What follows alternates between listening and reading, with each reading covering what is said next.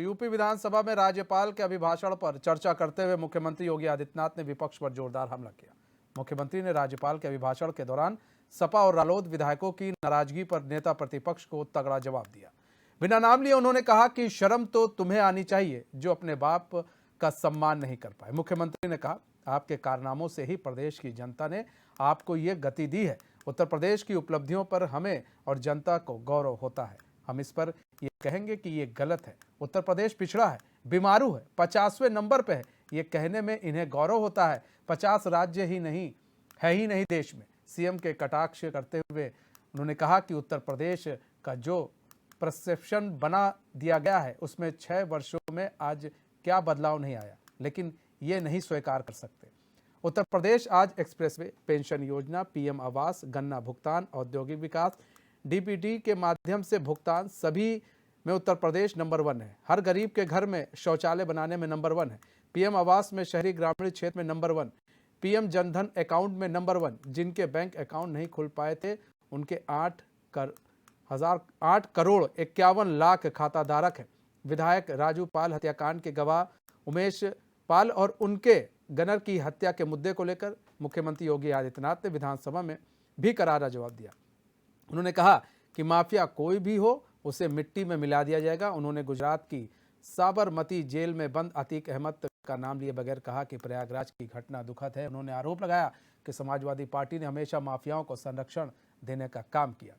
उन्होंने कहा कि प्रयागराज की घटना के लिए जिम्मेदार माफिया को भी सपा ने विधायक और सांसद बनाने का काम किया था। अपराध इनकी रग रग में बसा है।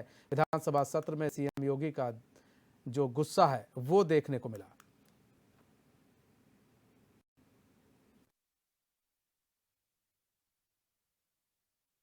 सहमति और असहमति के लिए सदन है, लेकिन हम विरोध करें, गो बैक के नारे लगाएं, अशिष्ट और असंसदीय आचरण करें, यह सदन की गरिमा को तार तार करता है। दूसरा, मातृशक्ति की प्रतीक एक महिला राज्यपाल के द्वारा सदन को संबोधित किया जा रहा हो, हमारे लिए तो गौरव की बात होनी चाहिए, हर्ष की बात होनी चाहिए। उस समय नारे लगा करके पूरे सदन की कार्रवाई को बाधित करने का प्रयास हो। देश के अंदर किस प्रकार का संदेश हम देना चाहते हैं, किस प्रकार का संसदीय आचरण है, किस लोकतंत्र की आप बात कर रहे हैं, किन संसदीय परंपराओं की बात कर रहे हैं, वह दृश्य भी हम सब ने देखा। जो एक महिला राज्यपाल उत्तर प्रदेश की सर्वोच्च संवैधानिक प्रमुख का सम्मान नहीं कर सकते, मान्यवर उनसे ये उम्मीद करना कि वो प्रदेश की आधी आबादी का सम्मान करेंगे, ये तो उनके शासनकाल के समय हुआ ही था जब स्टेट गेस्ट हाउस की घटना घटित हुई थी।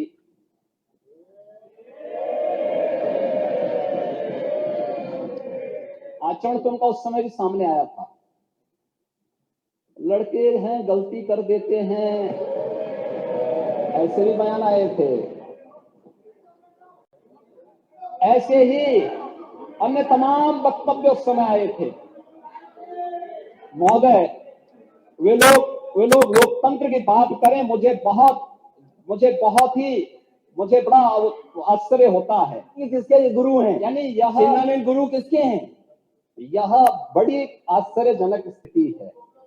और महोदय, मुझे देख करके बड़ा आश्चर्य हुआ, ये लोग प्रदेश के अंदर सुरक्षा की बात करते हैं। हम शर्म तो तुम्हें करनी चाहिए जो अपने बाप की सम्मान नहीं कर पाए। कम से कम इस बात को शर्म करनी चाहिए। जिनका घर जहां पर उसका मालिक वहीं पे उसका मालिकाना अधिकार दे देना। महोदय, ऐसे 50,37,000 से अधिक घरौनी उन गरीबों को अब तक प्रदेश में उपलब्ध कराया जा चुका है। अभी 50 लाख से ज्यादा जिन गरीबों को उपलब्ध कराया गया, क्या ये किसी जाति के थे क्या? उत्तर प्रदेश का वासी था। हर जाति, हर मत, हर मजहब का यही तो है सबका साथ, सबका विकास, सबका विश्वास और सबका विकास। यही है। लेकिन इस पर गौरव की अनुभूति करने की बजाय इसके बारे में लोग नकारी दें, कहे नहीं साहब यूपी में तो ऐसा कुछ नहीं है, यूपी को पूरी तरह नकार दिया जाए। यूपी को आज भी हम वही आज से 7 साल 10 साल पहले जो यूपी था, जहां का यूथ अपनी पहचान छुपाने के लिए मजबूर होता था, अगर वही दिखाने का प्रयास करें तो आखिर हम यूपी के हितैषी हैं क्या, उत्तर प्रदेश के हितैषी हैं क्या? और इसलिए मुझे महोदय एक बहुत बड़े विचारक हुए, उन्होंने एक बात कही थी, कुछ लोगों को भले ही बुरा लगेगा। उन्होंने कहा था कि शक्ति देना तो आसान है, लेकिन बुद्धि देना बहुत कठिन है।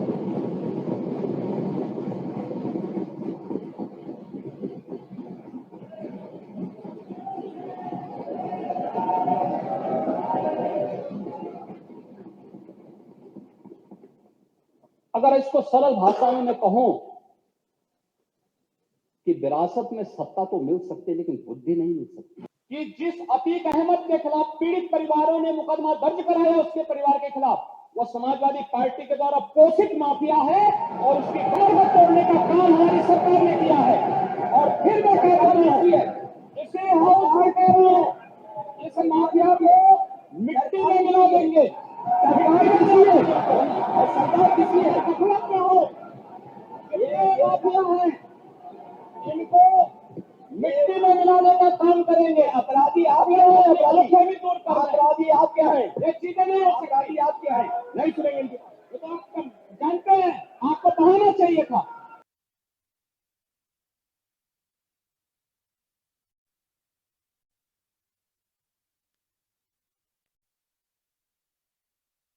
हमारे साथ हमारे संवाददाता पवन देव जुड़ चुके हैं। हमारे संवाददाता पवन देव, आज काफी कुछ देखने को मिला विधानसभा में, किस तरह से जो सीएम योगी ने जिस तरह से वार किए हैं एक एक कर अखिलेश यादव पर, वो अखिलेश यादव को काफी हद तक सबक सिखाने के लिए काफी है।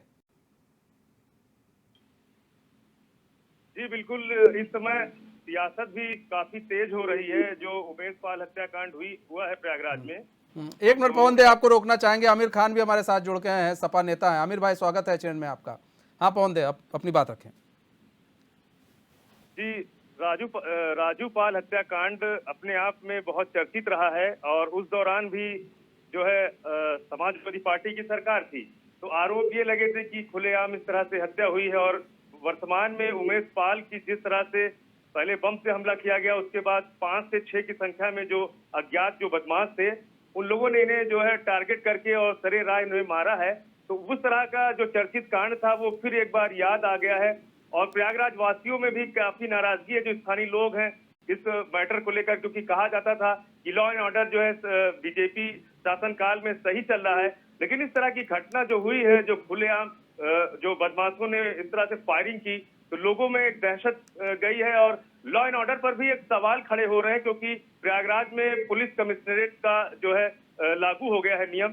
तो ऐसे में यहाँ पर जो है व्यवस्थाएं बदली है प्रशासनिक स्तर पर और एक नया चैलेंज भी आया है। जो बदमाश है वो नए तरीके से अपराध कर रहे हैं, लेकिन इस तरह से उमेश पाल एक गवाह थे और सजा भी आने वाले समय में तय होने वाली थी, लेकिन इस तरह की जो कांड जो इन्होंने किया है उस पे जो है लॉ एंड ऑर्डर पर भी सवालिया निशान खड़े हो रहे हैं। देखिए, लॉ एंड ऑर्डर पर सवाल या निशान तो खड़े किए जा रहे हैं पवन देव, लेकिन इसको लेकर जिस तरह से जवाब भी दिया गया योगी आदित्यनाथ द्वारा, वो भी काफी चर्चित बन गया है। और जिस तरह से उन्होंने कहा कि भाई पालने पोसने का काम सपा ने किया है।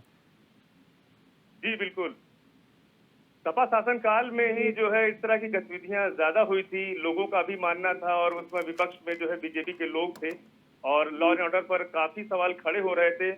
और वर्तमान में जो इस तरह की घटना हुई है तो उससे विपक्ष को भी एक मुद्दा मिलता है कहीं ना कहीं, क्योंकि लॉ एंड ऑर्डर पर सिर्फ समाजवादी पार्टी शासनकाल में ही सवाल उठते थे, लेकिन इस तरह की जो घटना हुई है वो कहीं ना कहीं सदन में इसकी गूंज तो बनी ही रहेगी और विपक्ष के लिए एक मुद्दा ये मिल गया है इन्हें।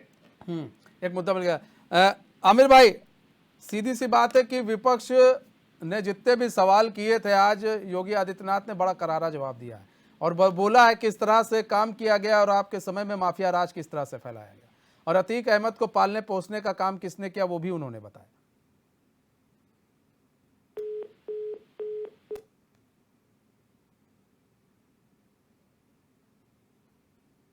लगता है सपा नेता से हमारा संपर्क टूट गया है। उमेश, सबसे बड़ी चीज यह है कि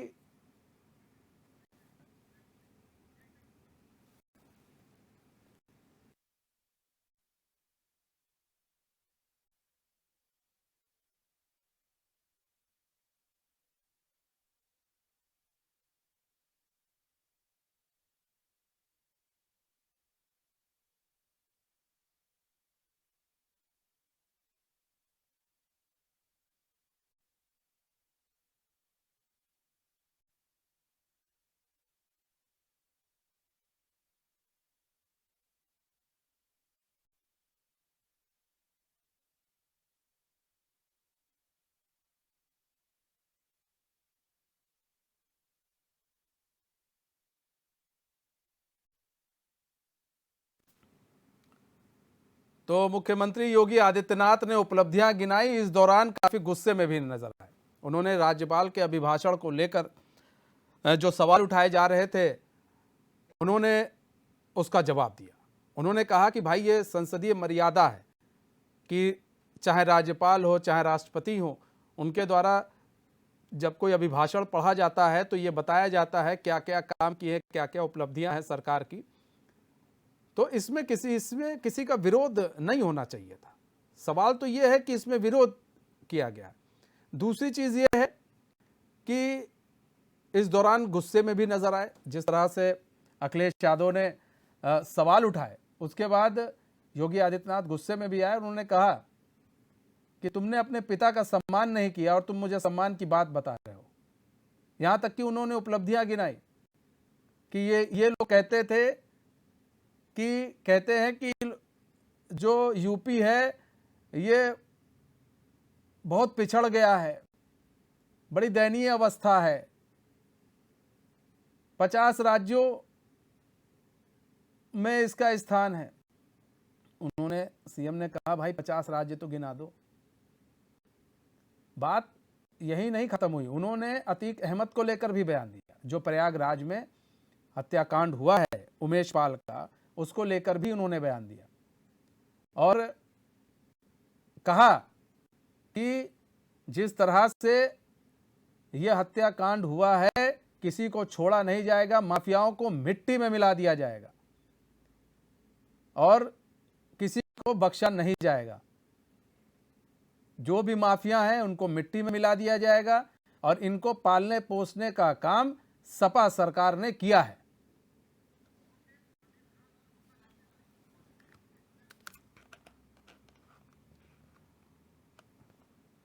तो आमिर भाई, एक बार फिर से स्वागत है एचएनएन में आपका। आमिर भाई, सवाल यह है कि आज सीएम योगी जो है काफी गुस्से में दिखे और उन्होंने तगड़ा जवाब दिया है।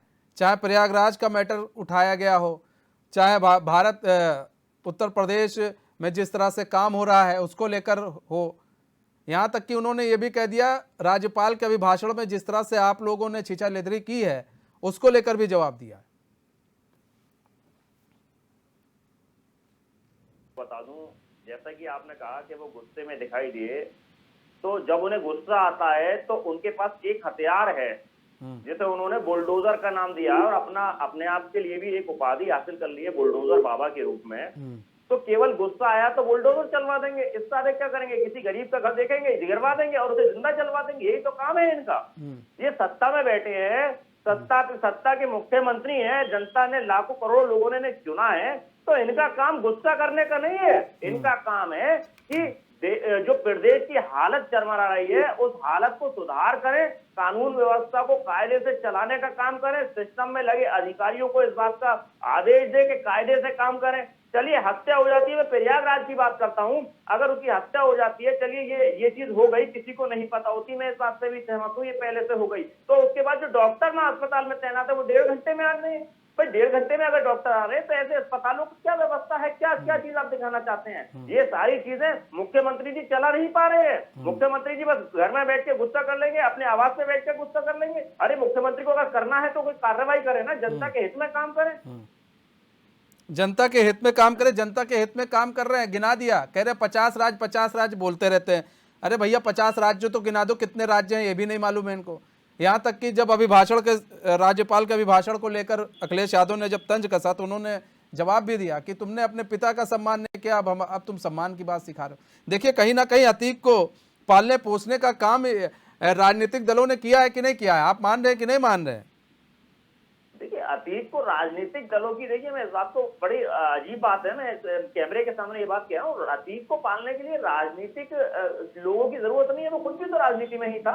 ऐसा तो है नहीं कि वो किसी राजनीति से अलग था। राजनीति के सिस्टम में घुस करके उसने अपने आप को पाला, ना कि किसी ने पाला हो, तो ये नहीं कह सकते। लेकिन जनता उसे चुनती भी थी। पालने पोसने का काम तो किया ना आप लोगों ने, टिकट दे देकर।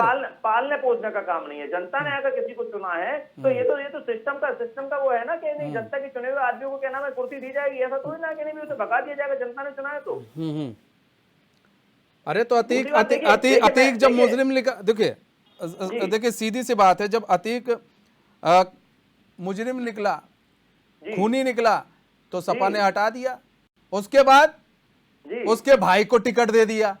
अब मायावती उसके पत्नी को पार्टी में ले लेती हैं। तो सर ये पूरे परिवार को, एक ऐसे परिवार को पालने पोसने का काम कौन कर रहा है?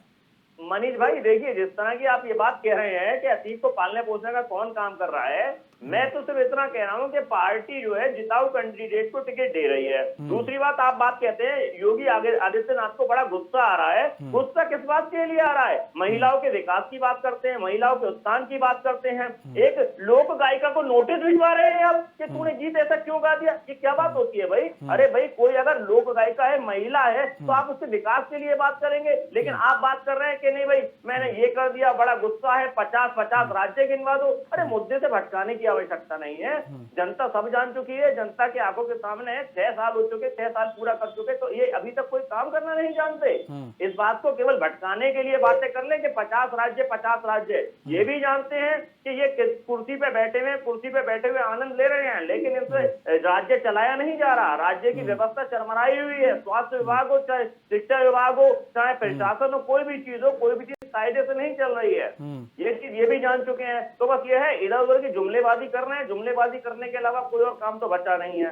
मैं एक बात आग्रह करना चाहूंगा इस चैनल के माध्यम से कि योगी आदित्यनाथ जी, आप प्रदेश के मुख्यमंत्री हैं, आपको लाखों करोड़ों लोगों ने विश्वास में लेकर के आपको वोट दिया। आप जनता के विकास के लिए काम करें, ना कि ऐसी दोगली राजनीति करें। नहीं वो तो गिना रहे हैं ना, जनता के काम भी तो गिना रहे हैं। अब आपने सवाल पूछा था, जवाब भी तो देंगे। अब जवाब नहीं देंगे तो आप आमिर भाई कहोगे कि जवाब नहीं दिया।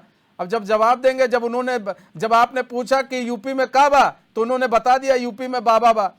तो फिर अब जवाब भी लीजिए और फिर आप कह दीजिए कि अब क्या चीज। देखिए जवाब की बात अगर आप बात करते हैं, क्या आपके हिसाब से, मैं आपसे सवाल करता हूं मनीष भाई, बहुत छोटा सा, आप मुझे इस पर जवाब दीजिएगा, मेरी बात को मत काटिएगा। क्या एक लोक गायिका के लिए जो महिलाओं के विकास की बात, महिलाओं के उत्थान की बात होती है, क्या उसको नोटिस भेजना और ये सारी चीजें उचित है? भाई वो एक लोक गायक है, अगर वो एक गाना बनाती है तो इसमें क्या बुराई है? इसमें उसने कोई, क्या उसके गाने में कोई भी ऐसी बात है जो कमी वाली भी है जिसपे नोटिस भेजना चाहिए था? आप मुझे बताइए, आपने भी सुना होगा। नहीं देखिए ऐसा नहीं, हम, मैं तो ये कह रहा हूं आमिर भाई, मैंने भी उनका गाना सुना है, ठीक है, बार बार यूपी में काबा, ठीक, यूपी में काबा का गाना गा रही है। एक लोक गायिका है, उनका गाना फर्ज है, ठीक है, वो गाना गा रही है, गायिका है। एक कवि है, उसका कविता लिखना फर्ज है। तो ये बार बार ये यूपी सरकार पर सवाल उठाना, ये कोई गायिका नहीं करती है। गायिका का काम है गाना गाना, और बार बार ये प्रवक्ता के रूप में बनकर वो गाना गाएंगी तो भाई सवाल तो उठेगा ही। और अच्छा ठीक है, उनको नहीं दिखता है कुछ बात, उनको नहीं दिखता है। एक बिहार की औरत आके यहाँ पर कहेगी हमको कुछ दिख नहीं रहा, बताएंगे कि ये नहीं वो है। तो सर सवाल उठेंगे आमिर भाई, सवाल उठेंगे। योगी जी ने नोटिस भेज करके दिखा दिया कि भाई देखो ये है यूपी में। देखिए ये योगी जी केवल मानसिकता को अपनी दर्शाने की आप लोग आवश्यकता दो नहीं है। महिलाओं को हटा दें, आप लोग दो महिलाओं को बिना नोटिस दिए हटा दें। यहाँ तो नोटिस तो दिया गया कम से कम। ये पार्टी आप का लोग तो आंतरिक मामला है। अब वो ये पार्टी का आंतरिक मामला हो जाता पार्टी का है। आंतरिक दो मामला महिलाओं है ना। को रामचरितमानस हमने का उन्हें समर्थन इसलिए करने पर हटा हटाया, दिया जाए तो हमने वो उन्हें पार्टी इसलिए का मामला हटाया, ये होता है। पार्टी का आंतरिक मामला है और ऐसा नहीं है। हाँ। अगर हम हटाते हैं तो महिलाओं को पार्टी में क्या जोड़ने का सम्मान भी दिया काम आपने? करते हैं। वही महिला आप पानी पी पी कर बता रही है सारी चीजें, बता रही है देखिए, किस तरह से देखिए, सम्मान दिया गया। देखिए वो उनकी केवल इस बात की व्यक्तिगत पीड़ा है कि उन्हें हटा दिया, उनकी नहीं, कुर्सी नोटिस उनसे तो ले ली देते गई, केवल इस भाई, बात की नोटिस बात तो है। देते। ऐसा नहीं है। देखिए पार्टी नोटिस तो में काम देते। करने के आधार पर ही लोगों को जोड़ा जाता है। नोटिस और तो अगर कोई देते। दिखता है कि कोई निष्क्रिय है, नोटिस तो कम देते। कार्य कर रहा है तो उसे हटाया जाता है। नहीं, और सीधी सी बात आपको बताएं, आपको लगा वो गलत है, योगी को लग रहा है वो गलत है। नहीं भाई, उनका एक काम है गाना गाना। आप गाना गाइए, देश के लिए गाना गाइए, समाज के लिए गाना गाइए, अच्छा लगता है। लेकिन यूपी में आप ये चीजें पिछले कई सालों से हो रही हैं। आपको लग रहा है इससे हमारे, सुनिए एक बार आमिर भाई, आपको लग रहा है इससे हमारे फॉलोअर्स बढ़ते हैं, बहुत अच्छा लगता है। मीडिया आपको, पहले नेहा को कौन जान रहा था? आप जान रहे थे शायद, हम तो नहीं जान रहे थे, लेकिन आप हो सकता है जानते हो, आपकी पार्टी की हैं, हो सकता है, लेकिन हम तो नहीं जान रहे थे। लेकिन इस गाने के जरिए जाने, उस वक्त हम लोग को भी अच्छा लगा कि एक आती है गायिका, गाना गाती है, बहुत अच्छा लगा। उस वक्त मेरे ख्याल से यूपी सरकार ने भी कुछ नहीं कहा, सबने उनके गाने को एंजॉय किया। लेकिन हर चीज की एक सीमा होती है। आपने गाना गाया, उस वक्त लगा आपको आपने गाना गाया, आप लगातार एक सरकार को, एक चीज को बार बार, एक मुख्यमंत्री को घेर रही हैं, यह गलत बात है, यह चीज गलत है। इस पर कोई भी आपके साथ, अभी कोई गायक आ जाए और बार बार अखिलेश यादव को घेरे और वो मुख्यमंत्री, अभी देखिए उनका हालत क्या होगा। सर, तो ये कहने का मतलब है कि अपने दायरे में रहकर एक काम करना चाहिए। आपको ये भी देखना चाहिए कि ठीक है, अगर यूपी में कुछ नाइबा, मान लीजिए कुछ नाइबा, और आप ऐसा नहीं, आप भी मानते हैं आमिर भाई, कई बार चर्चा हो चुकी है आपसे, कि ऐसा नहीं कोई मुख्यमंत्री आता है तो कोई काम ना करता हो, ये मानते हैं आप ना? अरे एक गाना बना देते कि यूपी में ये काम किया है।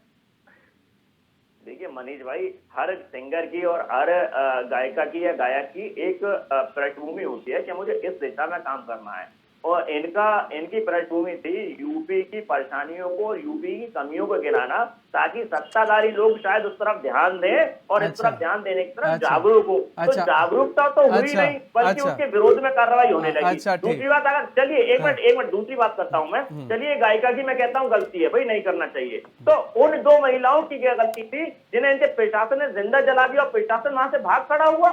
भाई देखिए, हम लोग प्रशासन का साथ दे रहे हैं आमिर भाई, हम लोग कह रहे हैं प्रशासन गलत है।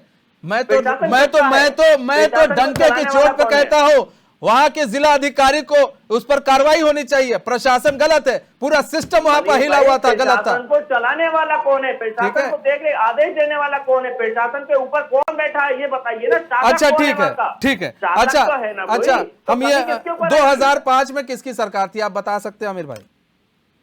2005 में किसकी सरकार थी? 2005 में किसकी सरकार थी, सवाल कीजिए आप। मैं आपसे पूछ रहा हूं, अब मैं जानना चाहता हूं, जानकारी के लिए बताइए किसकी सरकार थी? भाई मैं जानता हूं, घुमा फिरा करके सत्ताधारी पक्ष के ऊपर बात करेंगे, आप सवाल कीजिए ना। नहीं, मैं जानना चाह रहा हूं सर, तो उसी वादी सवाल होगा ना। 2005 में किसकी सरकार थी?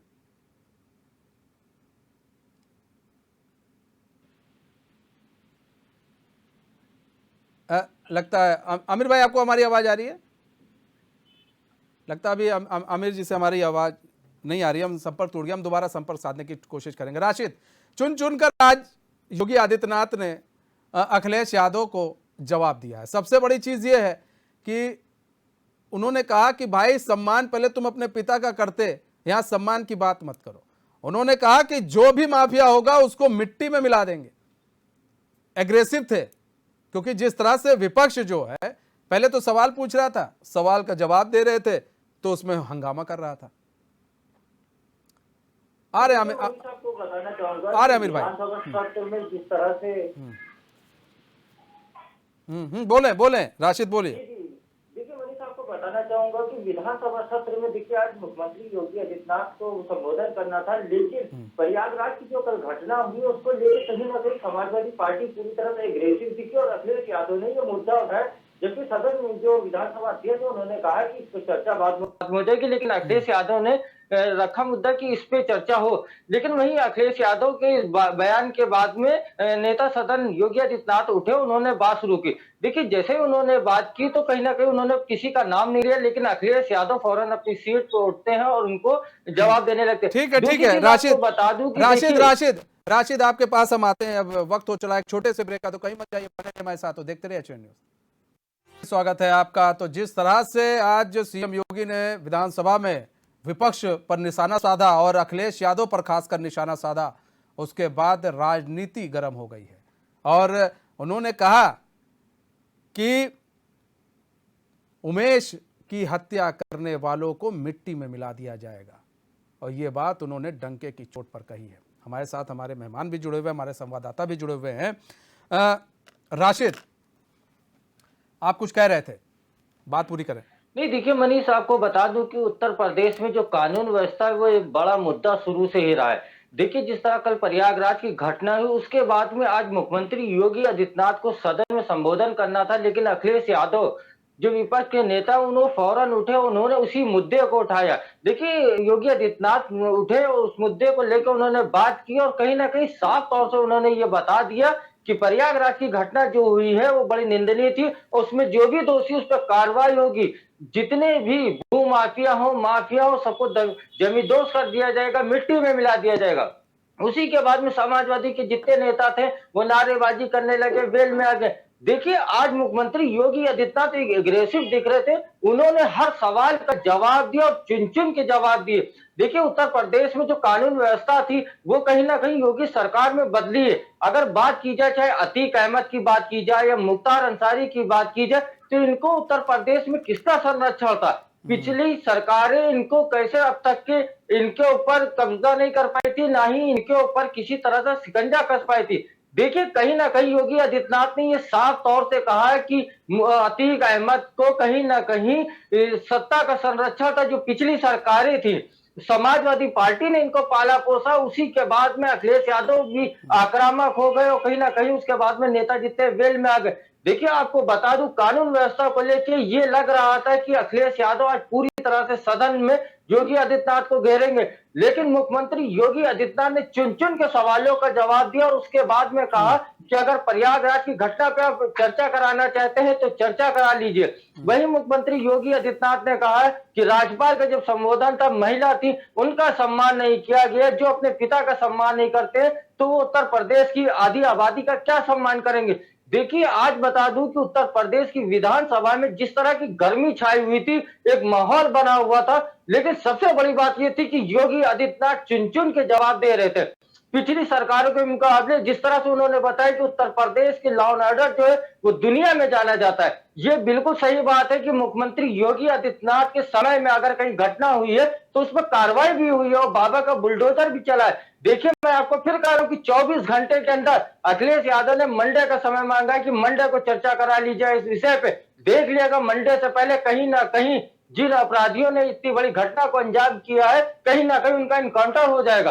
क्यों? मुख्यमंत्री Yogi Adityanath law and order को बहुत संजीदी तरीके से लेते। उत्तर प्रदेश में सुरक्षा व्यवस्था का जो उन्होंने माहौल बनाया है, जिसको लेके इतना बड़ा इन्वेस्टर समिट की बात कर ली जाए, ग्लोबल इन्वेस्टर समिट की बात कर ली जाए, इन्वेस्टर सेरेमनी की बात कर ली जाए, 32 लाख करोड़ का निवेश यूं ही नहीं आ गया है। पहले जो व्यापारी थे या उद्यमी थे जो व्यापार करना चाहते थे, वो कहीं ना कहीं उत्तर प्रदेश आने से डरते थे, क्योंकि उनको सुरक्षा नहीं मिलती थी।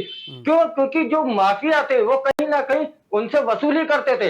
लेकिन अब इस वक्त आपको बता दूं कि law and order Uttar Pradesh का एकदम दुरुस्त हो चुका है। अगर बात करते हैं लॉ एंड ऑर्डर को लेकर सवाल बार बार उठाए जाते, तो पिछली सरकारों में क्या हुआ था वो देखिए, किडनैपिंग होती थी, हत्या होती थी। योगी सरकार में ये मामले हैं कम हुए। और दूसरी बात आपको बता दूं, आमिर साहब ने भी राठौर का नाम लिया जो गायिका है, तो देखिए उन्होंने, उनका काम है गायिका का, वो गाय योगी आदित्यनाथ को लगातार वो घेरे, सरकार को घेरे। लेकिन आपको बता दूं, इतनी बड़ी घटना कानपुर के अंदर हो जाती है और घटना होने के बाद में अगर आप उसी पे गाय का गीत बना के अगर पेश करती हैं तो कहीं ना कहीं उत्तर प्रदेश का एक माहौल बिगड़ता है। तो उस माहौल को ना बिगड़े इसलिए यूपी पुलिस ने एक नोटिस भेजी। नेहा सिंह राठौर को अगर नोटिस भेजी गई, आप नोटिस का जवाब दीजिए। देखिए आप गीतकार हैं, लेकिन आप किसी सरकार पे आप जो है उनको घेर सकती है, लेकिन किसी भी सरकार में अगर कोई घटना हो जाती है उस पर कार्रवाई हो रही है और आप उत्तर प्रदेश का माहौल खराब करने के लिए गीत ऐसा गाएंगी तो कहीं ना कहीं कार्रवाई भी ठीक है, होगी। ठीक है। दूसरी चीज आपको ये भी बता दूं कि जिस तरह सदन में चर्चा लगातार देखने को मिल रही है, तो कहीं ना कहीं विपक्ष भी इस बार बड़ा हमलावर है सरकार को घेरने का, ठीक है। लेकिन सरकार भी हर मुद्दे पे जवाब देती नजर आ रही है। जी ठीक मनीष है, जी। ठीक है। आमिर भाई, 2003 से 2007 तक, अब तो आपको मालूम होगा किसकी सरकार थी? मुलायम सिंह यादव की थी। लगता है आमिर खान की आवाज नहीं हम तक पहुंच रही है। आमिर भाई, आपको हमारी आवाज आ रही है?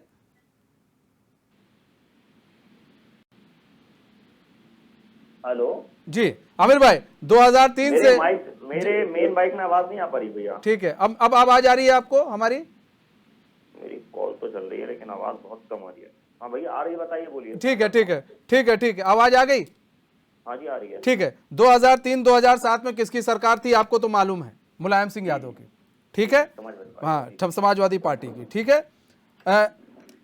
ये जो राजू पाल हत्याकांड है ना, ये सर 2005 में हुआ था कि नहीं हुआ था सर?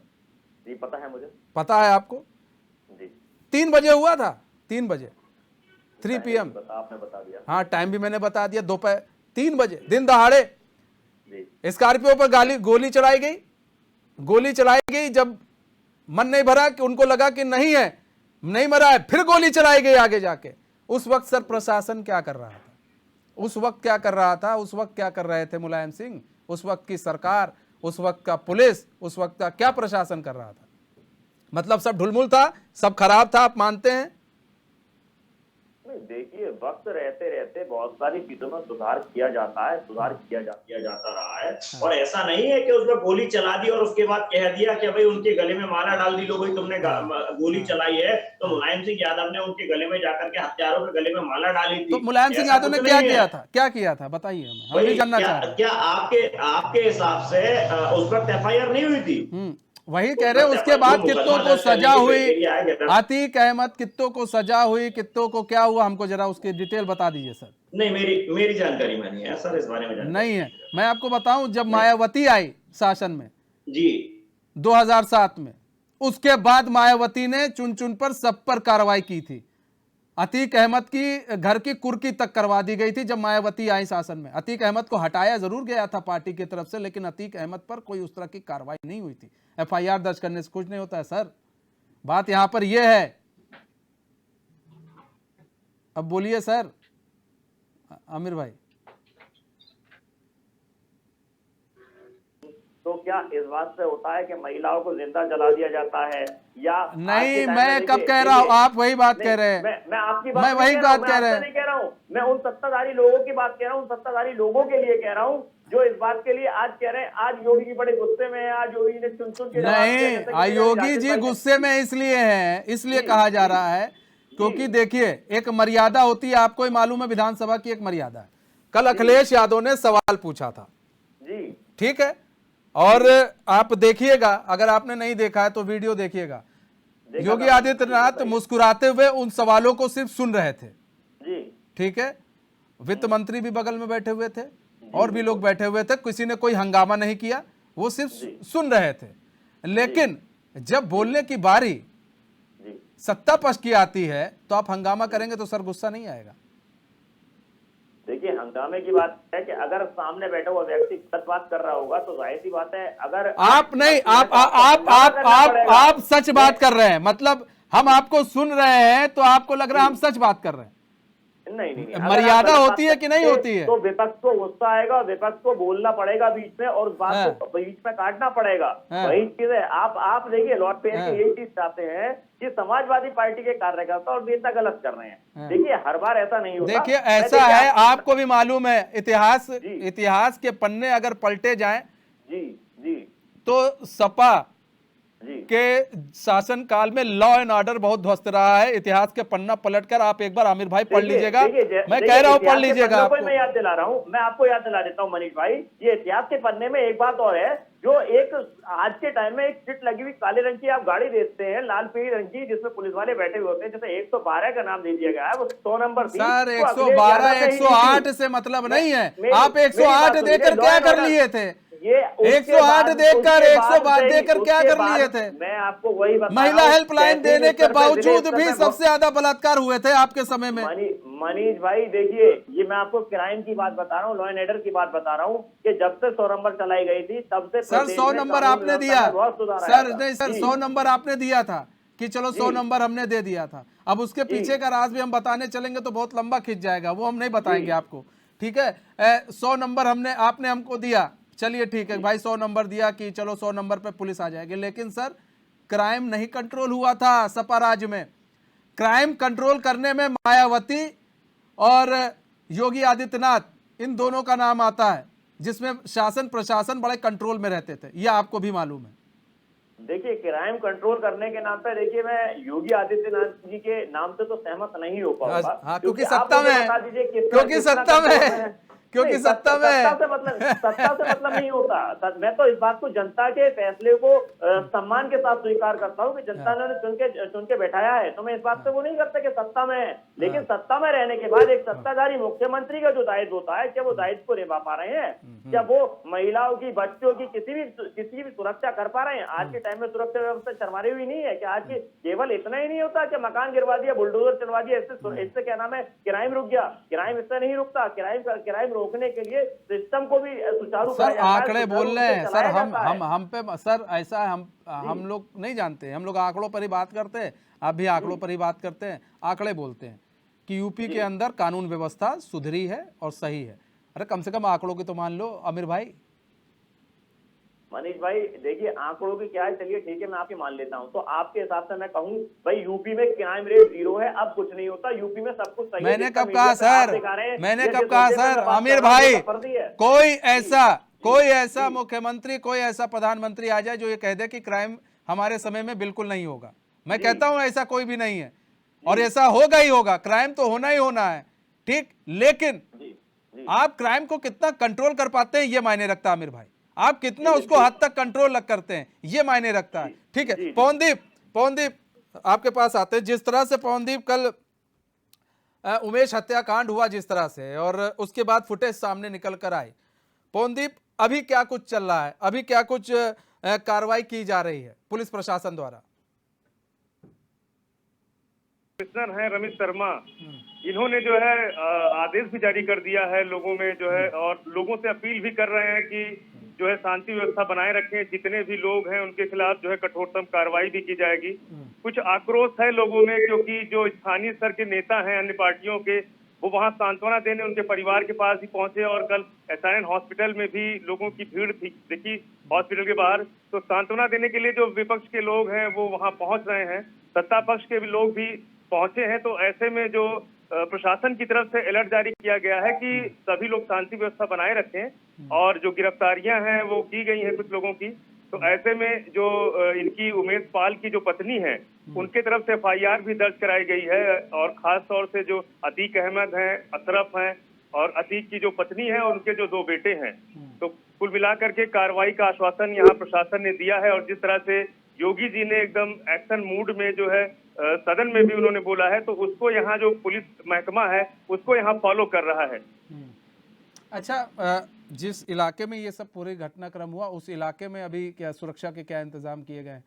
क्योंकि मैंने देखा, जो मैंने वीडियो देखा पवन, उस वीडियो में देखा कि एक अपराधी तो एक दुकान में कुछ खरीद रहा था, वो खरीदने का बहाना कर रहा था, फिर जैसे ही उमेश आते हैं उस पर गोलियां बरसा दी जाती है। बिल्कुल एक रेकी की गई है कि योजनाबद्ध तरीके से पूरी प्लानिंग की गई थी, और ये कोर्ट भी गए थे, कोर्ट से लौटे भी थे, इनके अधिवक्ता से बात भी हुई, लेकिन जिस तरह से ये लोग घात लगा के बैठे थे और लोगों के बीच में घुले मिले थे, और बाद में जो है ताबड़तोड़ इन्होंने पहले बम से फायरिंग की, उसके बाद फिर असलाहा लेकर के दौड़े और फिर गनर को भी चोट लगी है। तो ये एक योजना थी इन्हें प्री प्लानिंग जो है मर्डर करने की, और सीसीटीवी कैमरे में पूरा फुटेज भी रहा है। कुल मिलाकर ये एक बेखौफ तरीके से इस घटना को इन लोगों ने अंजाम दिया है। और इसमें जो विश्वस्त सूत्रों से ये भी पता चला है कि कुछ लोग ये भी कह रहे हैं कि अतीक और अशरफ जो इस समय जेल में बंद है, तो कुछ जो उनके गुर्गे हैं जो शूटर रहे हैं इनके समय में, वो नहीं चाहते हैं कि अतीक बाहर निकले। और क्योंकि अगर ये बाहर निकलेंगे तो जो संपत्तियां इन लोगों के नाम उन्होंने की है, तो ऐसे में वो उनसे जो है वसूली करने की कोशिश करेंगे। इनके बेटे वसूली कर रहे थे, जो बाद में इनके बेटे जेल में बंद हैं, तो वो लोग भी नहीं चाहते हैं कि इस तरह की जो घटना जो हुई थी राजू पाल हत्याकांड में जो गवाह थे, तो ये एक साजिश का एक हिस्सा भी कुछ लोग बता रहे हैं कि साजिश भी रची जा रही है कि जिससे अतीक बाहर ही अच्छा। न निकले और वो जेल में ही बंद रहे। अच्छा, बड़ी बड़ी सूचना आपने दी है। और कि जो राजू पाल हत्याकांड में ये एक मुख्य गवाह के रूप में थे उमेश, और जिन्होंने हत्या की है, हम पवनदीप जरा ये भी समझना चाहेंगे आपसे कि जिन्होंने हत्या की है, जैसा कि आप बता रहे हैं कि वो कुछ ऐसे लोग हैं जो नहीं चाहते हैं कि अतीक अहमद बाहर निकलें जेल के, तो क्या उमेश पाल की हत्या इसकी ओर एक इंडिकेट करता है, या फिर ये जो एक तार है हत्या का, ये अतीक अहमद से सीधे जुड़ता है कि भाई नहीं, अतीक ने ही कोई ऐसी प्लानिंग की थी कि नहीं इसको मारो और जो होगा देखा जाएगा? जी बिल्कुल, क्योंकि बसपा में इनकी पत्नी जो है उन्होंने सदस्यता भी ली है और नगर निकाय का चुनाव है, तो ऐसे में मेयर की दावेदार भी रहेंगी बसपा से। लेकिन जो एक सूत्रों से जो पता चला है ये भी है कि अतीक के पास इतनी ज्यादा संपत्ति थी, इन्होंने समाजवादी पार्टी शासनकाल में इतना ज्यादा इन्होंने गैर तरीके से जो है चल और चल संपत्ति इन्होंने अर्जित की थी, तो उसमें इन्होंने अपने सूटरों के नाम से भी कुछ संपत्तियां उनके नाम की थी।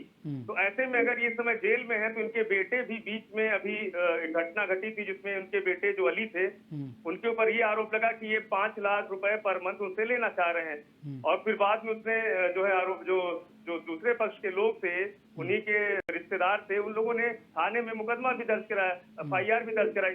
तो कुल मिला के वो अन्य लोग भी नहीं चाहते, जो इनके रिलेटिव्स हैं, जो इनके गुर्गे हैं, जो शूटर रहे हैं, जो इनके शासनकाल में इनके कहने पे वर्क करते थे, अब वो पैसे वाले लोग हो गए हैं। तो कहीं ना कहीं किसी के पास 200 कमरे का लॉज है, तो किसी के पास जो है दूसरे तरीके से जो है रियल एस्टेट के माध्यम से पैसा आ रहा है। तो लोग नहीं चाहते कि अतीक बाहर निकले, और बाहर निकलने के बाद ये अपनी पूरी वसूली करेंगे उन लोगों से। वैसे तो अब ऐसा है नहीं कि अतीक बाहर निकलेंगे फिलहाल। और दूसरी चीज ये पवनदीप, एक चीज और हम समझना चाहेंगे कि ये जो शूटर थे जिसने वहां पर आपराधिक घटना को अंजाम दिया था, क्या इनकी पहचान, इनको चिन्हित कर लिया गया, ये लोग कौन थे, और क्या ये बाहरी थे या फिर वहीं के थे, लोकल थे? जी बिल्कुल जी, जो शूटर थे, ये कुछ शूटर जो है बाहर से बुलाए गए थे, और यहाँ के कुछ स्थानीय भी थे।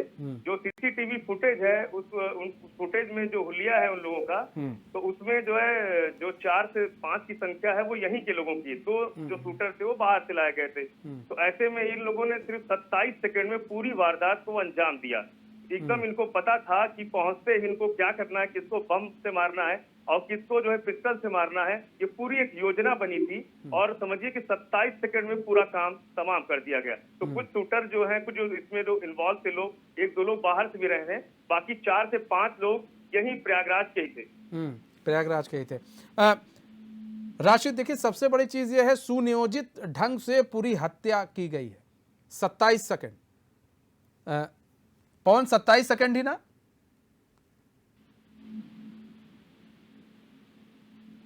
पवन, आपको हमारी आवाज आ रही है? जी आवाज आ रही है। हाँ पवन, मैं ये जानना चाह रहा हूँ, 27 सेकंड में पूरी हत्या को अंजाम दिया गया है?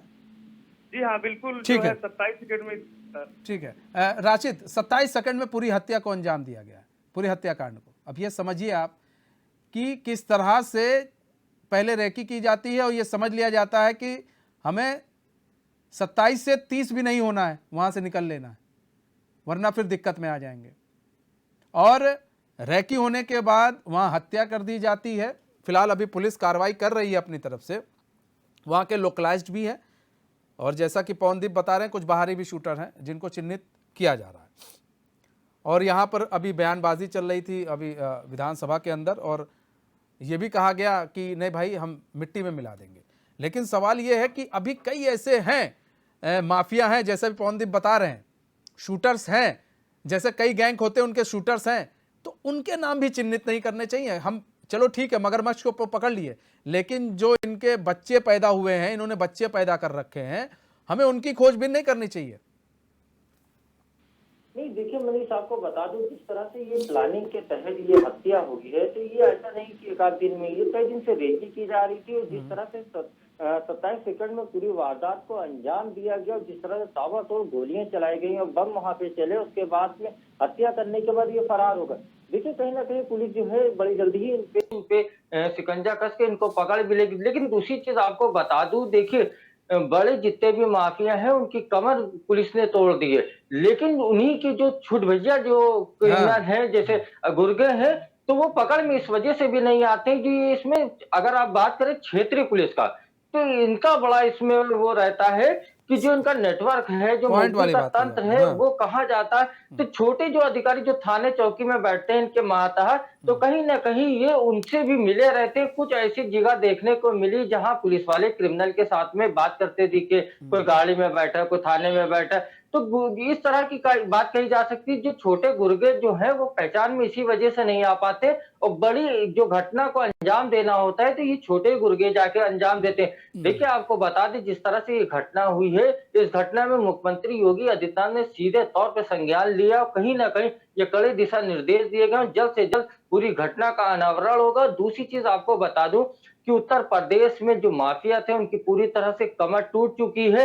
लेकिन आपको ये भी बता दूं कि कम उम्र के जो बच्चे हैं वो भी कहीं ना कहीं अपराध की श्रेणी में भी अब आते चले जा रहे हैं, जिसकी वजह से पुलिस तंत्र हो या आपको बता दूं एलआईयू तंत्र हो, वो कहीं ना कहीं फेल हो जाता है जानकारी करने में। क्योंकि जो देखिए चिन्हित किए हुए हैं, उत्तर प्रदेश डीजीपी ने ये आदेश दिए थे कि उत्तर प्रदेश में जितने भी हिस्ट्री शीटर है उन सबकी जांच की जाए, महीने के महीने उनकी रिपोर्ट लगाई जाए। तो हिस्ट्री शीटर जितने हैं उनको चिन्हित कर लिया गया है, उनके फोटो जो है वो अधिकारियों को भेज दिए जाते हैं, लिखा पढ़ी हो जाती है। लेकिन जो नई उम्र के बच्चे हैं जो अपराध में आ गए हैं, तो कहीं ना कहीं ऐसे लोग जब अपराध करते हैं, बड़ी घटना को अंजाम देते हैं, वो एक पुलिस के लिए बड़ी चुनौती। मुसीबत बन जाता है। और कहीं ना कहीं देखिए ये घटना जो हुई है तो ये पूरी प्लानिंग से हुई थी, काफी दिन से रेकी हो रही थी। और कहीं ना कहीं देखिए अभी बात निकल के हमारे सहयोगी ने भी बताया कि कहीं ना कहीं अतीक अहमद को अंदर रखने की वजह से ये मामला हो रहा है। लेकिन ये साफ तौर से अभी कुछ कहा नहीं जा सकता, क्यों ना, क्योंकि मुख्य गवाह था, तो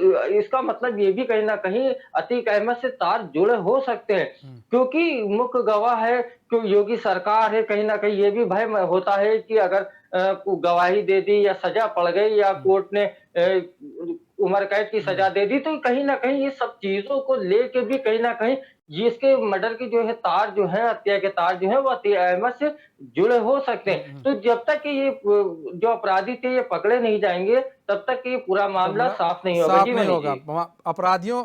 जी। हम तो यही आशा करते हैं अपराधी जल्द से जल्द पकड़े जाए, मामला साफ हो। बहुत बहुत धन्यवाद आप दोनों संवाददाता का हमारे साथ जुड़ने के लिए और तमाम जानकारी देने के लिए। बहुत बहुत धन्यवाद आमिर भाई हमारे साथ जुड़ने के लिए और अपना बहुमूल्य समय देने के लिए। तो बहरहाल हमारे इस खास पेशकश में बस इतना ही। अब मुझे दीजिए इजाजत और खबरों के साथ बने रहने के लिए देखते रहिए एएचएन न्यूज़। नमस्कार।